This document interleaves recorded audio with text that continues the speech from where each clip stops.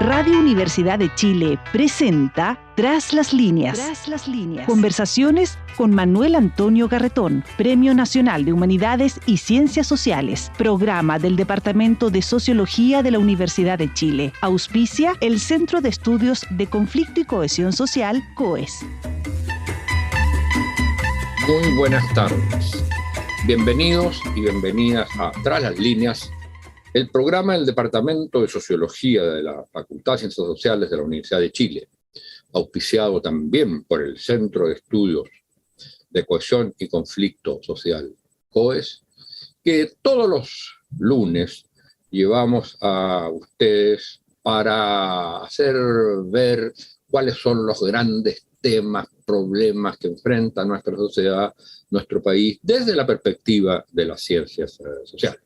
Debo desde ya anunciar que la próxima semana tendremos un programa especial el día lunes con Paulina Veloso y Cristian Suárez, un programa de 1 hora que será también transmitido por la televisión de la Universidad de Chile, sobre la nueva Constitución y sus perspectivas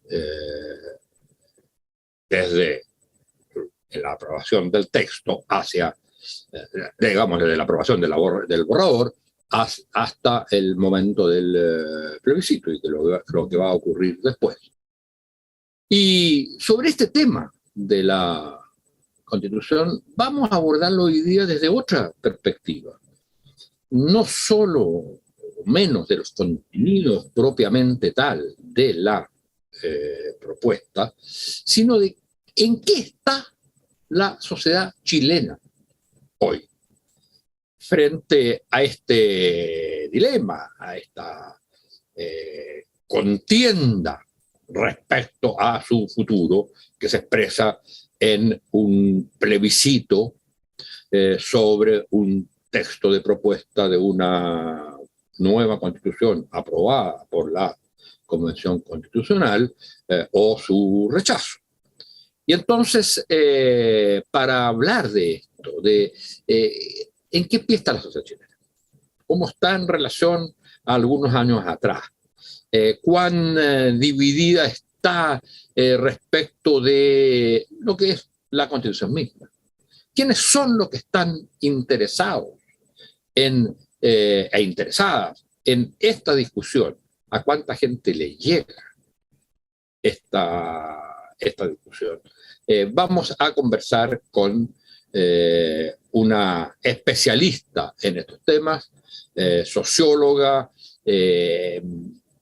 con un máster en la Universidad de Heidelberg y especialista y quizás una de las principales encuestadoras en Chile, fundadora de Mori, de Latinobarómetro, y que realiza permanentemente no solo encuestas, sino está cruzando datos, revisando otras encuestas, haciendo análisis bastante más complejos, algunos de los cuales aparecen no solo en los informes de las encuestas, sino también en columnas, como por ejemplo señalo al menos 2 de ellas que me parecieron muy interesantes, una sobre cómo en la sociedad chilena se están expresando las 3 grandes revoluciones que el mundo ha vivido en los últimos 200 años, y una más reciente sobre precisamente este tema, de en qué está la sociedad chilena ahora, columnas que han sido publicadas en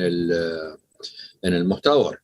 Bueno, se trata, por supuesto, de Marta Lagos, y muy bienvenida, Marta, y quisiera que partiéramos con, digamos, una primera aproximación a si uno tuviera que hacer un breve y conciso diagnóstico de en qué está la sociedad chilena para enfrentar digamos, este dilema planteado por el plebiscito apruebo, rechazo respecto a la propuesta de la nueva Constitución hecha por la Convención Constituyente. Bueno, muchas gracias en primer lugar por la invitación a conversar sobre estos temas que nos aquejan, y la verdad es que nos aquejan, eh, porque yo creo que hay poca conversación, hay mucha controversia, discusión y más bien eh, polarización. Ahora, yo veo a la sociedad chilena hoy día, eh, habría que retroceder un poquitito para decir de que aquí se ha producido un proceso de individualización, individualismo, tremendamente fuerte, yo diría a partir más o menos del año 2012, hace una década, ¿ya? Que se notó muy fuerte, estoy hablando del Estudio Mundial de Valores, pero ya se notaba en el año 96.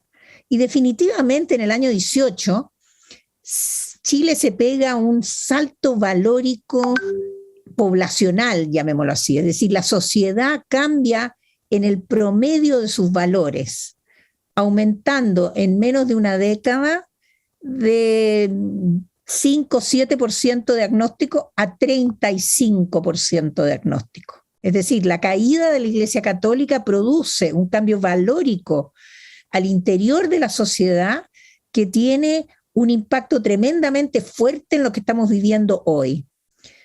¿Cuáles son esos impactos? En primer lugar, se produce, bueno, el agnosticismo, ¿no es cierto?, que hace, ojo que aquí tiene que ver con la violencia de hoy, hace que se pierda la autoridad. La Iglesia Católica es una cosa jerárquica, donde hay una cabeza que ordena y la gente que está abajo obedece. Al desarmarse ese orden jerárquico moral de la Iglesia como dominante en la sociedad chilena, ya dejó de ser dominante en esta última década, se pierde el concepto de autoridad. ¿Y qué sucede simultáneamente? Tenemos, ¿no es cierto?, los individuos solos. Ellos son átomos en sí mismos. Esto rompe el sentido de lo colectivo, ¿no es cierto? Los partidos empiezan a perder influencia, ya no expresan, recogen las demandas de la sociedad de la manera como lo hacían en la década anterior, y lentamente van drenándose, perdiendo, ¿no es cierto?, esa capacidad de interpretar, y entramos en la crisis de representación en que estamos. Entonces, la ausencia de colectivismo o la ausencia de capacidad de comunidad, el demos, ¿no es cierto?, de la democracia, que hoy día no tenemos, que se transforma un poco en anomia, en individualismo, en la pérdida de autoridad, en la soledad, el aumento de los suicidios. Acabamos de empezar en la región metropolitana un plan, creo que fue esta semana, sobre los suicidios, porque el aumento de los suicidios ha aumentado, ha sido enorme en el último tiempo. Es todo consecuencia de ese mismo proceso de pérdida, ¿no es cierto?, de transformación valórica que sufre la sociedad chilena, que la llega a ubicar en el Estudio Mundial de Valores cerca de los países asiáticos, en términos en conjunto de valores. Entonces, tenemos este salto por una parte, y al mismo tiempo tenemos un frenazo muy fuerte en la década del 10 sobre el acceso a la economía. Entonces, mientras en la década anterior había sido una avalancha, ¿no es cierto?, de crecimiento que llegó hasta el año 2009, 2010, a partir del año 2010 empieza un decaimiento en todo sentido de la palabra, democracia, expectativas económicas, etcétera, llegando a un punto mínimo en el año 2018. Nosotros publicamos en el año 2018 un informe que decía: estamos en el piso del piso del piso. Bueno, lo que no sabíamos es que existía un piso inferior a ese, que es el que se mide hoy. Hoy nosotros estamos, desde que nosotros medimos la sociedad chilena en el año 87, que fue la primera vez que hicimos un estudio nacional, en el peor momento de expectativas económicas y de prospectos de futuro para las personas.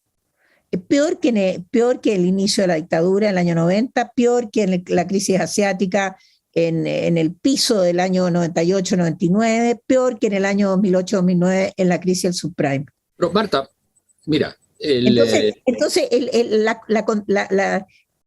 esta constitución llega en el peor momento de la sociedad chilena desde que existen datos de opinión, pongámoslo de esa manera. Y eso significa que nosotros todavía no nos hemos pegado la palma en la frente de que hoy día, y eso es muy importante para la política, el 70% de la población está tratando de sobrevivir económicamente y le importa un pucho la política. Entonces tenemos este 30% hiperpolitizado, que son los que votan siempre, ¿ya? Hay un 30-35% de los chilenos que votan en todas las elecciones, aunque le pongan un mono con navaja al frente, votan, ¿ya? Esos son los que están politizados y los que están discutiendo que si llegó la carta de Frey, que mira lo que dice la carta de Ricardo Lagos, mientras el otro 70% se pregunta, ¿y quién era Eduardo Frey? ¿Ah? No me acuerdo de Eduardo Frey, ¿quién era? ¿Ah? Y a lo mejor se acuerdan de Ricardo Lagos, ¿no es cierto? Porque ha tenido mucho más protagonismo. Entonces me parece que ahí hay una especie como de... Sí, pero solo un 8% dice que le podría influir Ricardo Lagos. Ya, no, bueno, pero que mira, ahí hay mucho constructivismo en todas esas encuestas, ¿ah? Porque nosotros preguntamos en la encuesta que publicamos la semana pasada, ¿qué es lo que menos le gusta de la nueva Constitución? Y el 47% de la gente en una pregunta abierta nos contestó, lo que menos me gusta es que no lo entiendo. Entonces, cuando además de eso te tiran un montón de preguntas, que si a ti te dicen, mira, a ti te gusta la salchicha o la carne, tú vas a contestar una de las dos. Pero eso no significa que la salchicha o la carne sean tu plato preferido. A lo mejor a ti te gusta el pescado, pero no te lo dieron como alternativa. Entonces, esas preguntas que Bourdieu siempre las llama constructivistas, porque tú estás forzada a contestar una de las dos alternativas, que por supuesto muestra una preferencia, pero eso no significa que esa es la preferencia. Yo creo que ahí hay, en este tema de las encuestas, hay mucha producción de datos para los titulares. O sea, ¿para qué estamos con cuentos? Esa es la verdad. Aquí se encargan encuestas para producir titulares sobre temas específicos. Y la clase política se emborracha con los números. Se emborrachan con los números que dicen, no, fíjate que resulta que el otro día decían, la encuesta CEP. Oye, perdón, la encuesta CEP ya dejó de existir porque la publicaron, no sé, hace más de un mes y medio. Esos datos ya no son reales. Entonces también hay una especie de encuestocracia en el sentido que cuando se pierden los liderazgos al interior de una sociedad, la gente se aferra de cualquier cosa, en este caso los números, en este caso las preguntas, sobre todo aquellas preguntas que coinciden con la visión del mundo que tú tienes. Entonces tú puedes seleccionar los resultados y las preguntas que más te convienen para poder decir, mira, ves que en mi visión está refrendada por A, B, C, D. Y yo creo que eso es un poco, digamos, emborracharse con los números, porque en realidad la realidad que estamos viviendo es bipolar. Tenemos a más de la mitad del país alienado de la política, que nos puede dar una patada de padre y señor mío el 4 de septiembre. ¿En qué consistiría la patada? ¿En qué consistiría? Bueno, mira, hay dos patadas. Una es que la población de Chile diga, ¿saben qué más? Esta cuestión no se entiende. Aquí están todos agarrados a las mechas, yo no voy a participar. Y nos encontremos con una participación electoral bajísima. Esa es una patada, ¿no es cierto? Es la patada de la anomia. ¿Tú crees que el hecho que sea obligatorio con multas eso no va a ser un incentivo principal para una mayor votación? Yo creo que sí, en la clase media puede serlo, en ciertos grupos de la clase media puede serlo. Los que tienen educación universitaria han votado históricamente más, pero en los que tienen educación básica y los que se creen en la clase baja, hoy día hay un 55% de los chilenos que se ubican en la clase baja, les importa un pucho. Si a ellos no tienen ingreso, no tienen plata para poner la comida arriba de la mesa, ¿tú crees que algún gobierno les va a ir a cobrar una multa? Es decir, cualquier gobierno tendría que ser imbécil para ir a cobrarle una multa a una persona que ya está en una situación económica precaria, con una inflación gigante y desempleada. Entonces, me parece que desde ese punto de vista, el voto obligatorio no revierte los síndromes del voto voluntario. Y vamos a tener una cantidad, nosotros recogimos en este estudio que terminamos el 24 de junio, que un 63% de los chilenos decían que iba a ir a votar, que es mucho más, es más o menos 1,5 millones más de lo que votó en la presidencial, pero siguen quedando más de 5 millones de personas que hace una semana nos dijeron que no iban a ir a votar. Entonces, ojo que cuando vino la elección del 16 de mayo del año 21, nosotros un mes antes del año 20, de la elección, la mitad de los chilenos nos dijeron que no sabían que había elección. Eso no va a pasar ahora porque... ¿Cuál es de la elección de convencionales? Del 16 de mayo del 21, cuando se eligieron a los convencionales, que votó solamente el 43%. Entonces, lo que tú tienes hoy día, claro, es un gobierno que no va a cometer el error de Piñera, ¿no es cierto?, de no llamar a votar a las urnas. Boric ya lo dijo, el otro día dijo, yo llamo a los chilenos a votar a ir a las urnas. Y va a haber una campaña, ¿no es cierto?, de informativa de que es obligatorio el voto y que hay que ir a votar. Eso va a producir sin duda un aumento de la participación electoral, porque el voto no es una acción sino que valórica. Nosotros tenemos sumamente claro que la persona que va a votar, que se camina hacia la urna y ejerce el acto de votar, es alguien que está convencido que en ese acto de voto él defiende algo para sí. Y como nosotros somos tan individualistas en este momento, este es el momento en que la izquierda es individualista. ¿Ah? O sea, hasta la izquierda se individualizó y se maximizan, y para qué decir los partidos políticos, donde, para qué miramos la democracia cristiana, donde lo que se maximiza son los destinos personales de las personas y no los destinos colectivos. Uno de los problemas que tiene la democracia cristiana es justamente eso, pero no solamente la democracia cristiana, ¿no es cierto? Donde lo que más importa en el destino político es el destino de la persona, no el destino del colectivo. Y eso se nota en todo ámbito de cosas, y por lo tanto el chileno dice, no, yo, aquí me importa que se vayan todos al chancho, yo me quedo en mi casa, que esta cuestión no funcione, o elijan al que elijan, yo igual tengo que salir a trabajar, es el típico argumento. Entonces, ahora, ¿por qué se produce? Tú algo dices en tu, no algo, sino desarrollas bastante la idea, ¿por qué se produce esto que tratándose de una propuesta, digamos, el proceso mismo es una respuesta a lo que fue una crisis generalizada? A su vez, quienes fueron elegidos representan mucho más que en el Parlamento, clásicamente en los últimos años, representan mucho más lo que fueron elegidos, más la sociedad en su diversidad.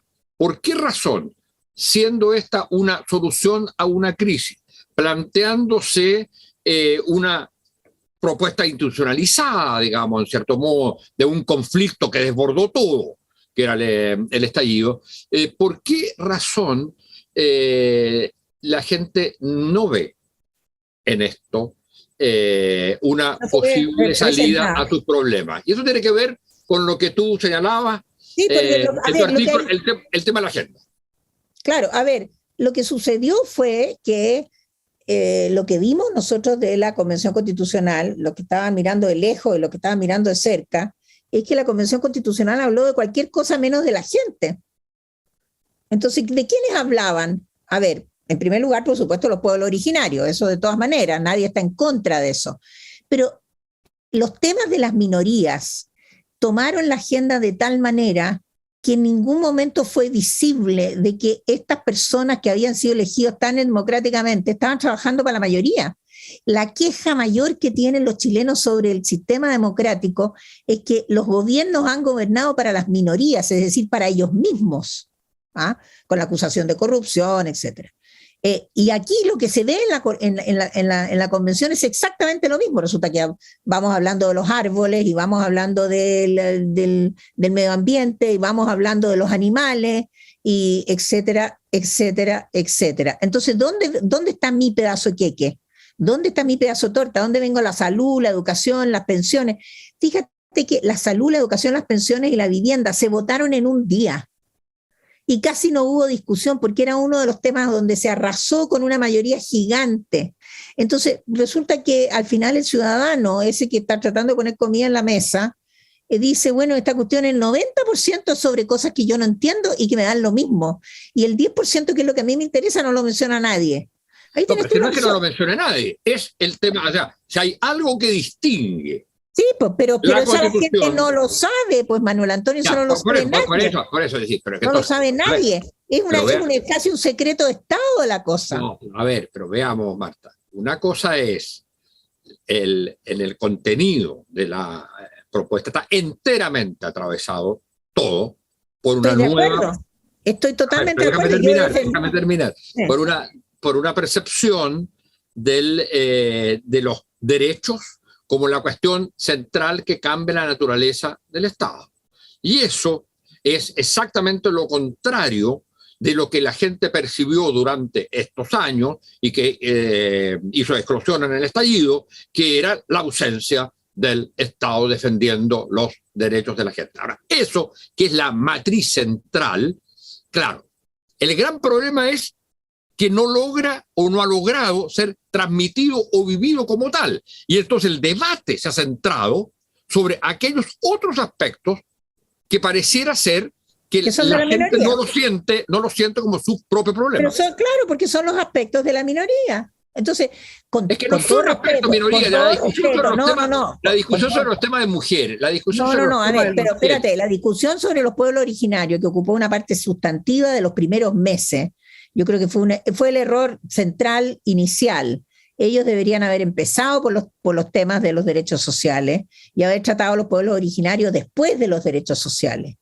Porque al empezar el tema de los pueblos originarios, la gente decía, bueno, ya, ok, terminaron, empiecen con lo mío. Y esa cuestión no llegó nunca, porque después entraron al medio ambiente, y que vamos con las cuencas de los ríos, y porque que el cobre, que la no sé qué, que la no sé cuánto.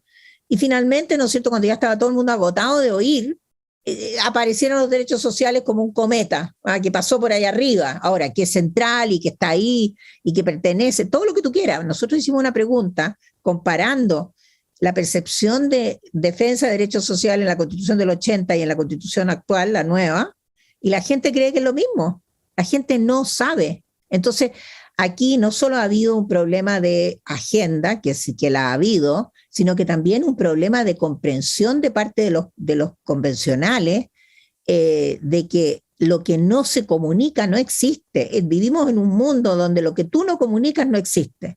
Y en este momento los derechos sociales existen como que alguien le dijo a alguien que resulta que le iban a quitar la casa, el otro le dijo que no iba a poder elegir la salud, y el tercero le dice que no puede elegir el colegio. Y eso es lo que la derecha está instalando en la agenda, ¿no es cierto? Entonces la gente dice, ay, a mí me van a quitar mi casa, y yo no voy a poder ir al doctor, ¿y qué va a pasar con mi tratamiento de la señora que el otro día dijo en Tele 13 que, ¿qué va a pasar con mi tratamiento del cáncer?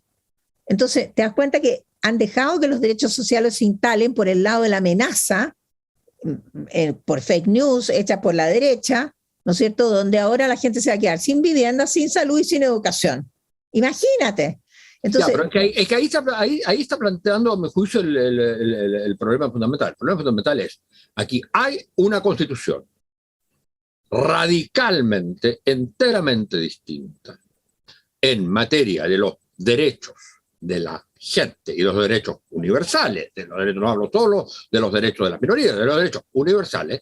Es una constitución que cambia radicalmente la agenda, pero que eso no ha sido expresado en el debate de tal manera que esto aparezca como el núcleo central, claro, y haya aparecido más bien el debate en torno a demandas específicas de ciertos grupos que también tienen un componente universal, pero que aparece como demanda de grupo.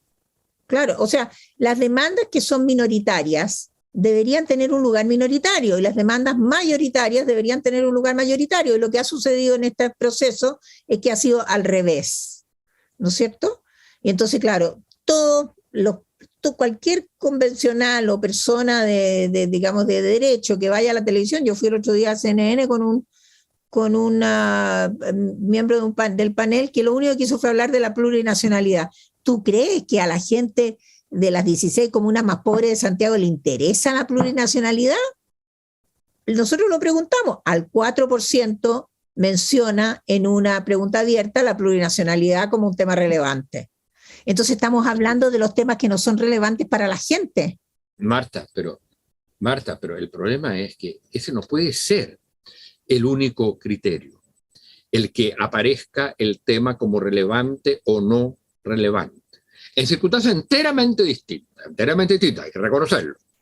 Pero todas las encuestas o los estudios que se hicieron le daba, en la época de la dictadura, cuando se permitieron las encuestas, le daban muy poca importancia a los derechos humanos en el listado de demandas de la gente. Y sin embargo, uno no puede decir, y cuando se descubre por qué ganó el plebiscito, los temas eran el modelo económico y los derechos humanos.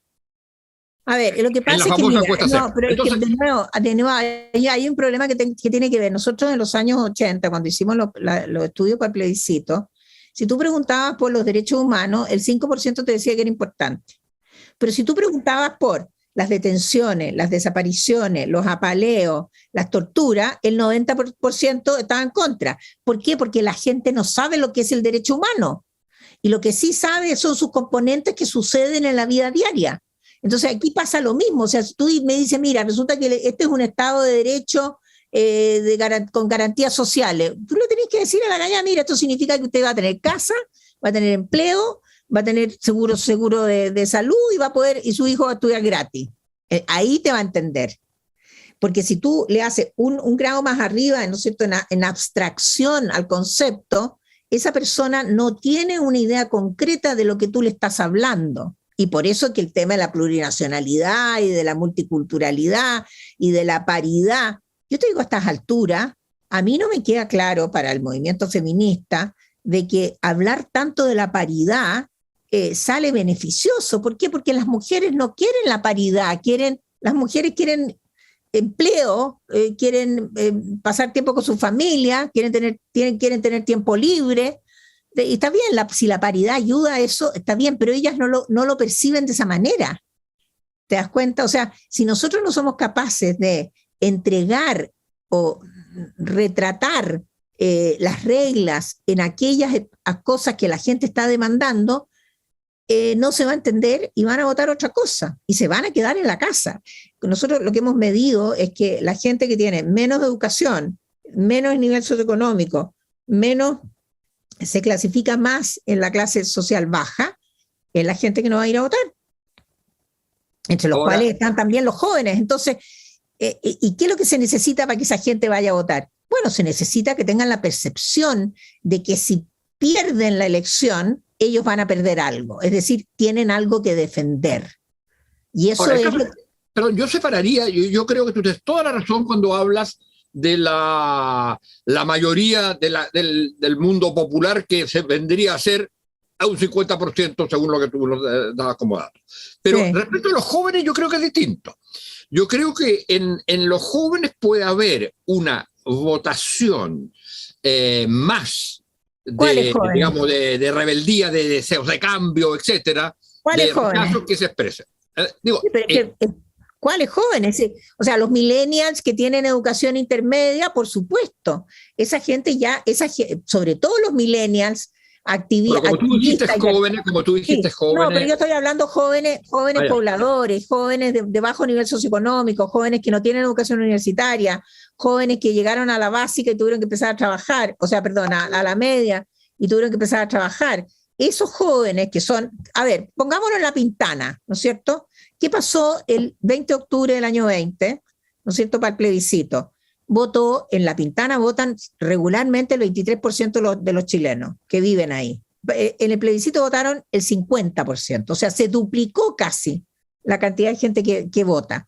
¿Y quiénes fueron los que se duplicaron? Los jóvenes, que fueron a defender su futuro. ¿Te fijas? O sea, tenían esta sensación, ¿no es cierto?, que iban a defender el futuro. Esos jóvenes que se movilizaron para el 25 de octubre del año 20, hoy día están diciendo que no van a ir a votar. No saben qué es lo que están defendiendo. ¿Te das cuenta? A ver, en ese sector, en esa franja, tú esos dices son los jóvenes. Que no hay, está bien, no, tú dices que ese es un sector que no estaría yendo a votar. Activado. En este momento no está activado. Ya. ¿Y cómo dirías tú, de acuerdo al tipo de estudios que has hecho, etcétera, que ese mundo se activa? Bueno, ese mundo se activa en primer lugar teniendo la sensación de que tú estás llamado a las urnas porque tú eres relevante para el país, que tu voto sirve, que tu voto vale. Tú te acuerdas de la campaña del 88, ¿no es cierto?, que te decía que sin tu voto el país no podía existir, poco menos, que todos tenían que ir a votar, y efectivamente fueron todos a votar. ¿Por qué? Porque tu voto era lo que hacía el sistema, era parte integrante del sistema. Ya, esa gente, ese sector fue a votar sin necesariamente que se le dijera eso, por ejemplo, por Boric en la segunda vuelta. Algunos sí, pero mira, o sea, si uno lo mira por comuna, muy diverso, muy heterogéneo, o sea, tampoco se produjo. Lo que pasa es que Boric produjo en la segunda vuelta un aumento de la votación de los jóvenes a lo largo de todo el país, mientras que en el plebiscito del 25 de octubre, el aumento de los jóvenes fue muy concentrado en Santiago.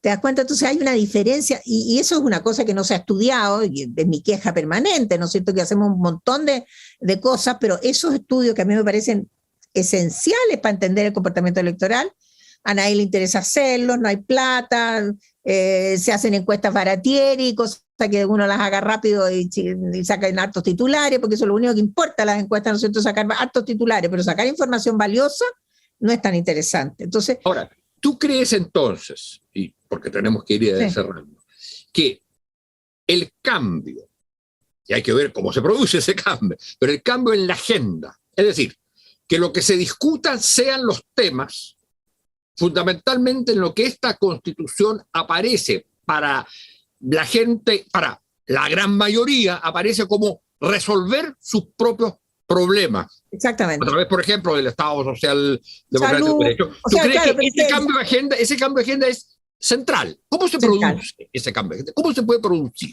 Bueno, se puede producir empezando para que todas las personas que participan en la campaña de la prueba, incluidos los convencionales que todavía no entienden, yo no entiendo cómo no entienden, se ponen a hablar de otras cosas. Entonces van a un panel y hablan del sistema de conocimiento, hablan de no sé, los derechos de los árboles. Oye, perdón. Oye, pero espérale. No estamos hablando de los derechos de los árboles. No, pero es que no ese es el problema. El problema es que quien pone la agenda es la derecha. El Mercurio es el que puso la agenda.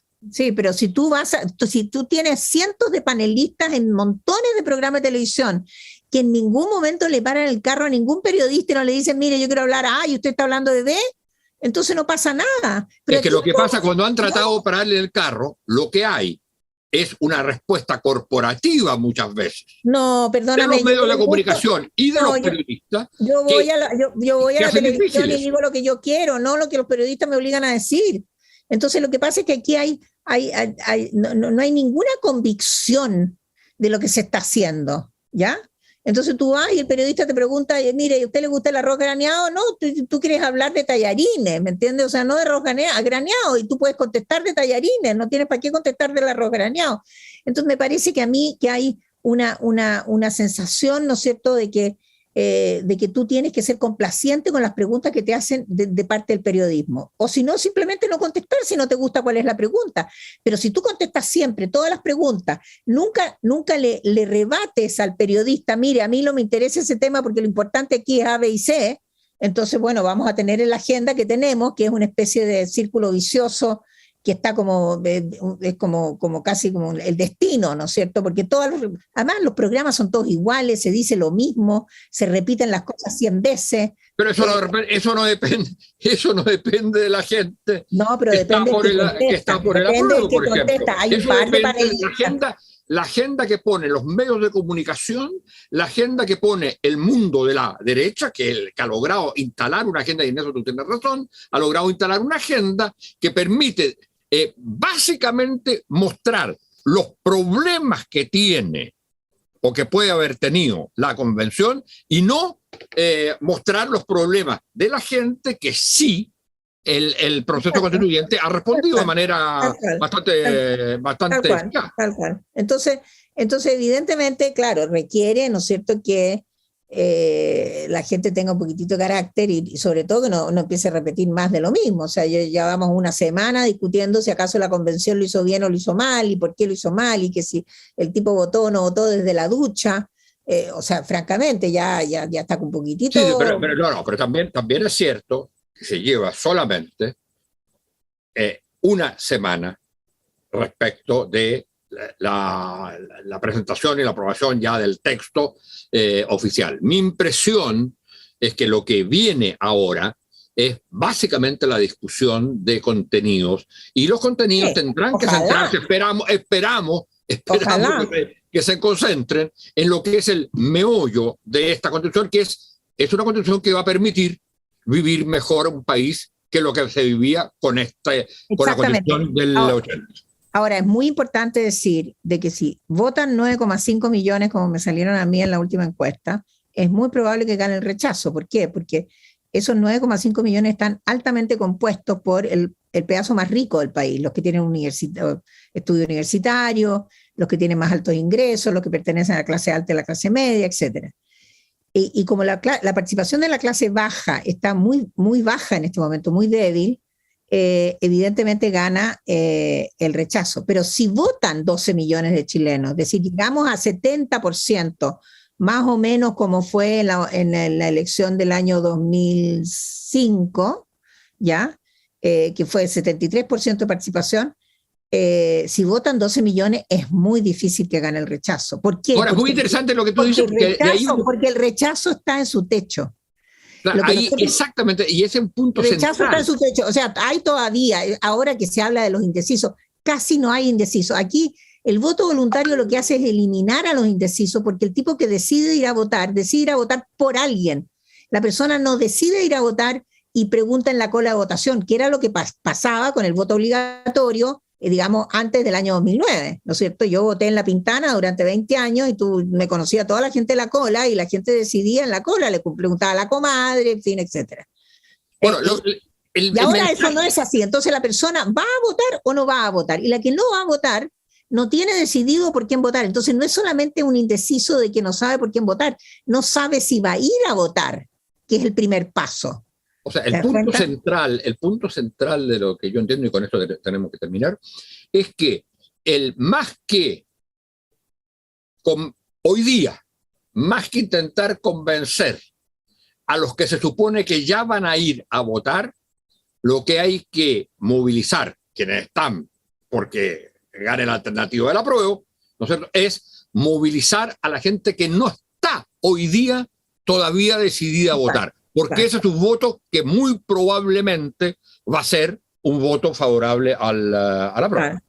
Bueno, dos de cada tres votos que se activen son de la prueba. Fíjate. Bueno, muchas gracias, Marta, por esta conversación. Y las esperamos el próximo lunes en nuestro programa especial sobre la nueva Constitución y sus perspectivas por la radio de la Universidad de Chile, como siempre, y también por la televisión de la Universidad de Chile. Muchas gracias, Marta. Muchas gracias, un gusto estar con ustedes. Radio Universidad de Chile presentó Tras las Líneas. Conversaciones con Manuel Antonio Garretón, Premio Nacional de Humanidades y Ciencias Sociales. Programa del Departamento de Sociología de la Universidad de Chile. Auspicia el Centro de Estudios de Conflicto y Cohesión Social, COES.